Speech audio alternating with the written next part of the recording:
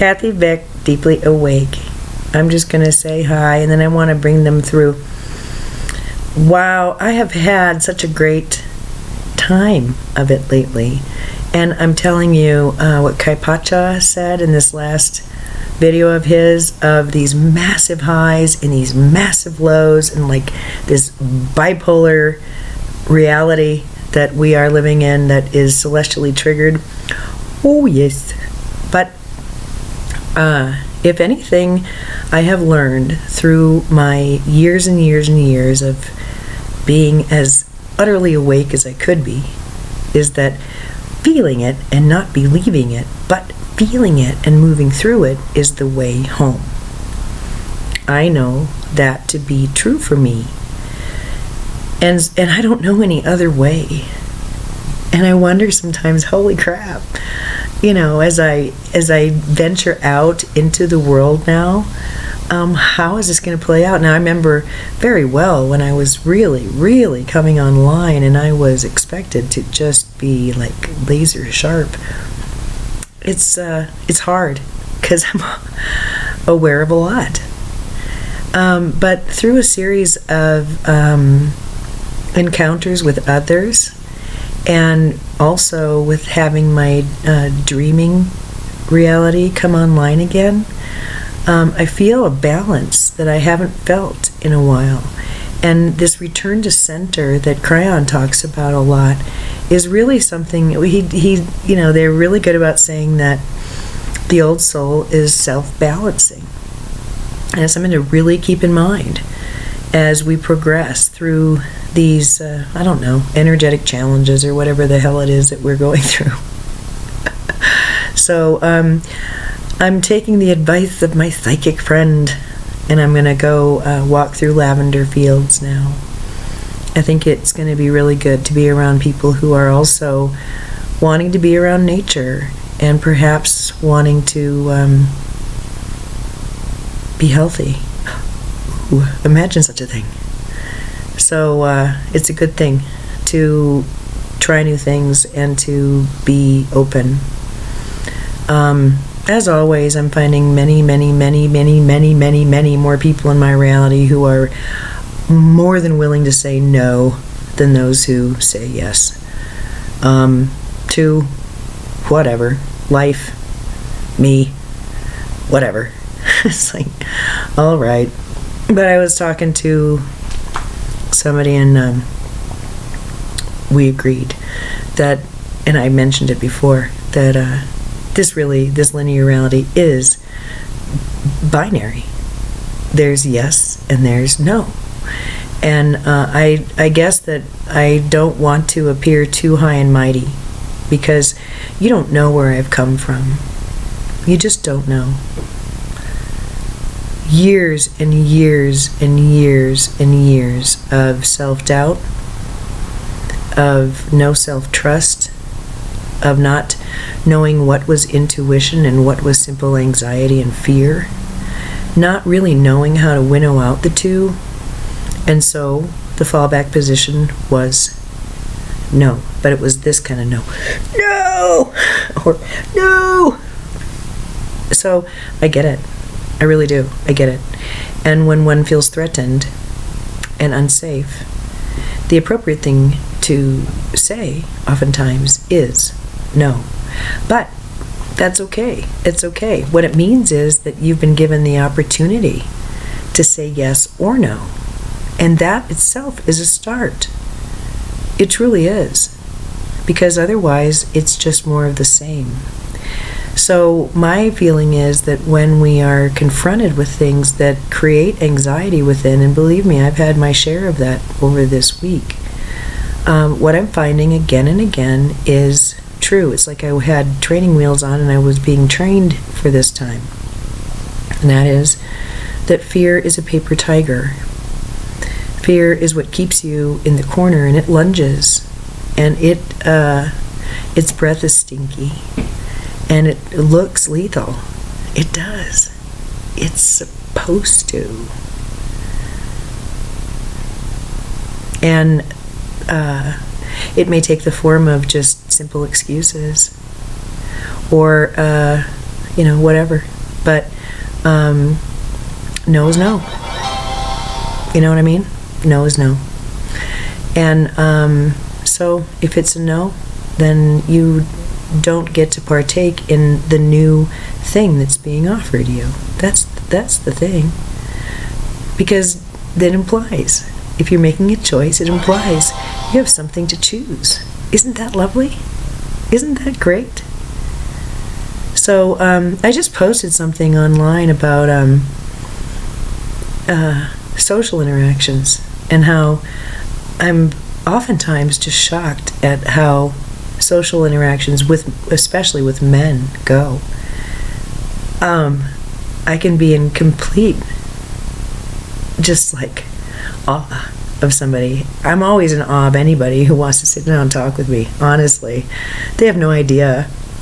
And so I'll just, see where the conversation takes us. And so often with men, if they're given an opportunity to talk about themselves or whatever, that's all they'll do. And even when there's complete silence in the conversation, it just doesn't seem to dawn on them to ask me a question. Like, personalizing this conversation would be threatening. It's kind of a predatory thing, and it's very arrogant. And the other thing is finding men who just absolutely will not share anything about themselves.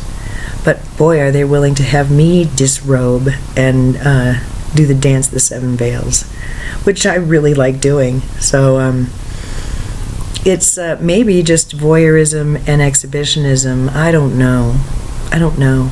But I don't think that either of those imply much of a true connection. Do you? A heart connection? Respectful communication? No. It's sexual politics, and that stuff is just beyond me. It wears me out and makes me really happy that I live alone. I can go home and just go, oh my God. And then, magic happens. I meet somebody who actually will venture out of their turtle shell, and we play. Isn't that lovely? I love it when that happens. That's what makes the world go round, as far as I'm concerned. As do the other relationships, as do the other conversations. I mean, they all lead somewhere. And I really, honestly don't expect anybody to just go, here it is. It's not really the point of social interaction to, get bared down to your soul on the first date. That's really not the idea. But, over time, if there isn't a balance, then what's the point? So I want them to come through and talk about whatever the hell they're going to talk about. I don't know. I did a really down and dirty one about female sexuality last night, and I really want to post it, but I think I will consider it while I'm walking through the lavender fields, deciding, because it's risky to talk about stuff that's close to the bone, but I don't really care. What I do care about is connection. That's really, I think, why we're here. So when I see that it's faulty, and I see that it's predatory, or manipulative, it's just no longer interesting to me. And I'm glad about that. I would rather live honestly and authentically, and in honor of connection, than thinking that scripted conversations are the font of life, because they're not. They're sad. They sadden me. So here we go.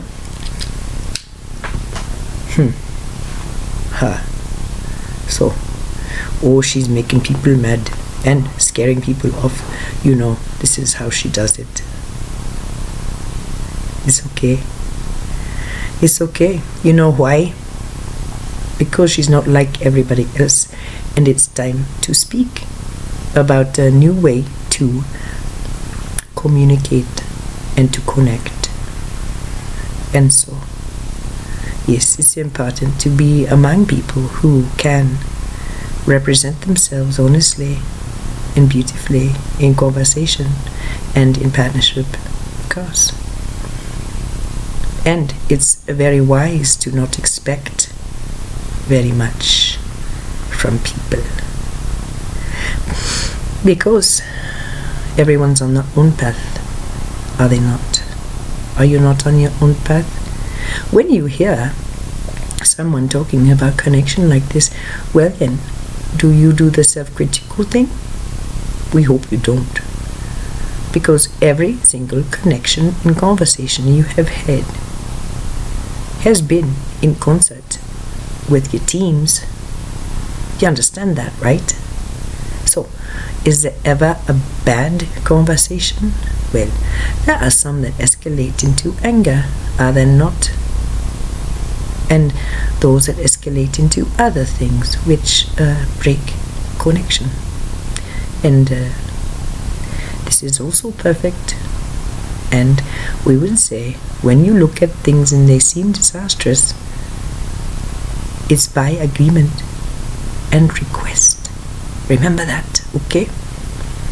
So, this one is shedding her fear of talking because she is not doing a lot of judgment of self about what is said. This is important, very important. And it's fine to be working things out and speaking. Yes. And so we want to talk about the male-female agreement fields. We talked about that long ago. We did. And we worked with this one's body in changing magnetics. Yes, we did. Seems a little bit, what would be the word? Well, magical, some would say. Self-aggrandizing, some would say. Delusional, some would say. Beautiful, some would say.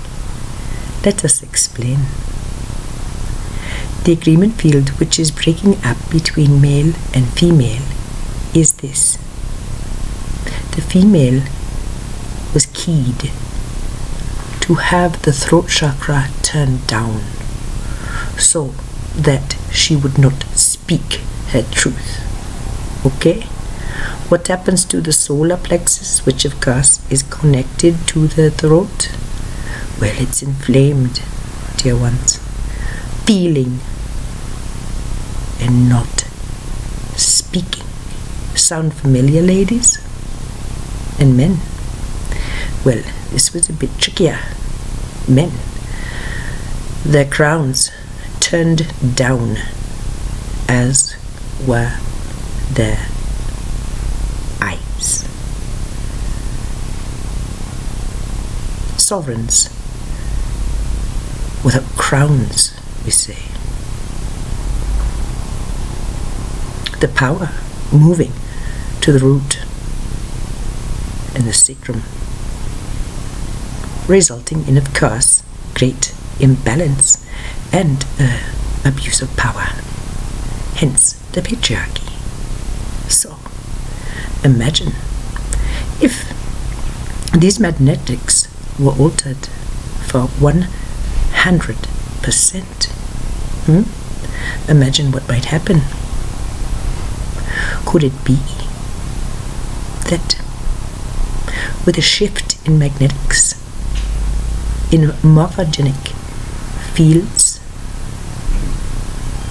women would start speaking their minds? Perhaps to even quiet the imbalance in the emotional bodies. They might say things that might make the men angry. Oh no, oh my. And men, might they begin to realize they have some responsibility in how they've been conducting their sexual behavior, and this profound need for creating, making, building, asserting. This might alter and steady.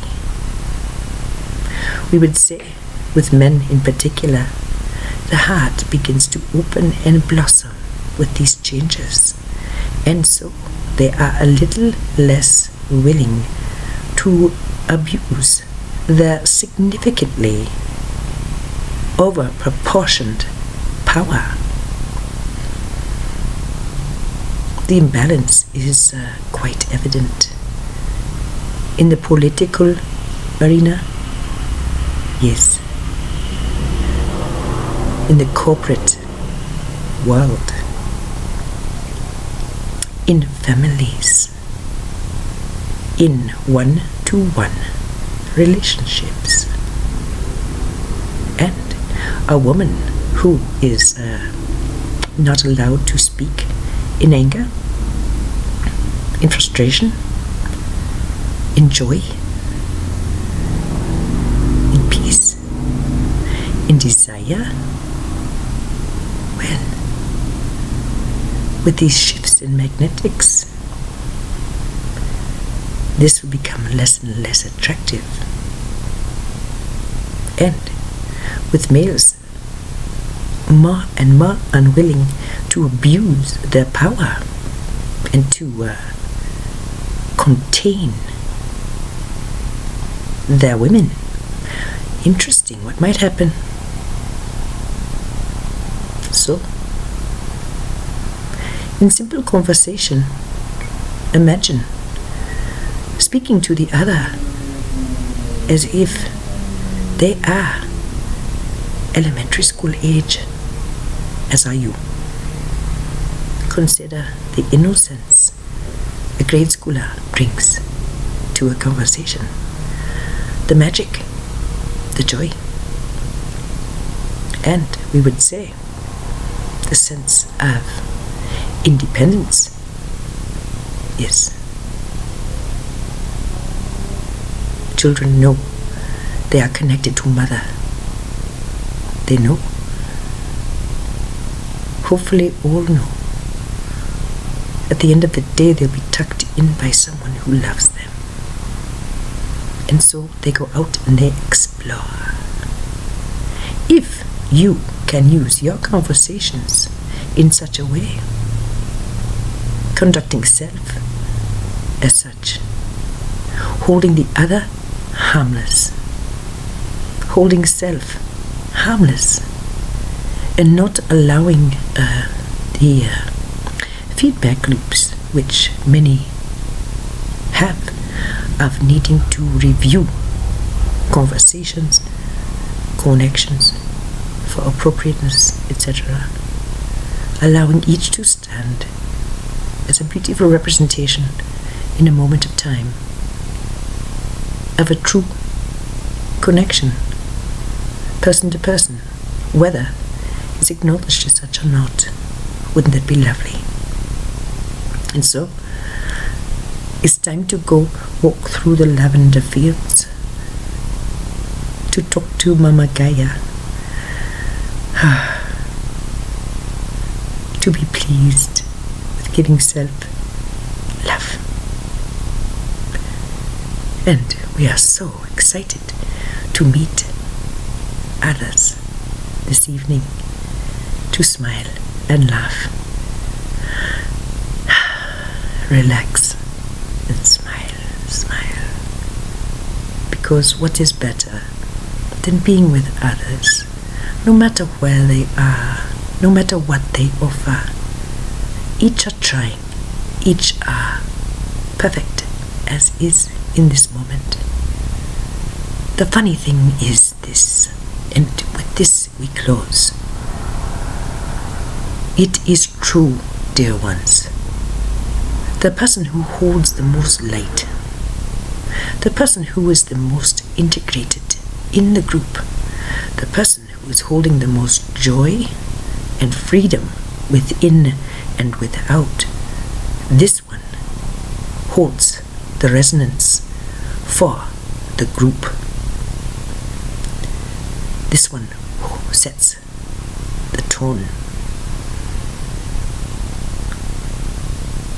If you know that you are influential and can indeed affect and be affected by a large group, does it not make sense to stand in one's own power, beauty, and magnificence? And to smile, knowing you have a true connection with every single heart of every single person in that group, whether it's a group of 10,000, 10, or 2. Holding love when the other cannot, reaching out when the other cannot. This is a very beautiful thing.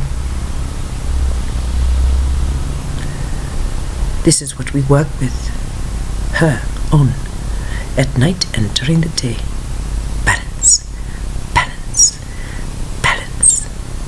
And we bring to mind this gyroscopic sensation that occurs with Merkaba activation. Running energy, spin, counterspin, not just two ways, but power. It was in the old energy quite difficult to hold considerable light in the dark. It is so much easier now, and it's usually not even necessary to have a compatriot. It used to be in the old energy. Many of these old souls came in with partners and teams of light, and without them the individuals would have been unable to continue.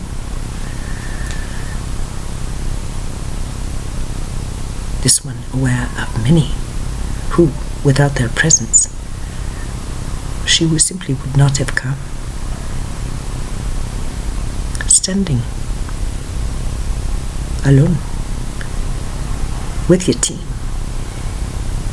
without a human compatriot, holding a high resonance, not for the group, but simply because that is how you are, and then watching the group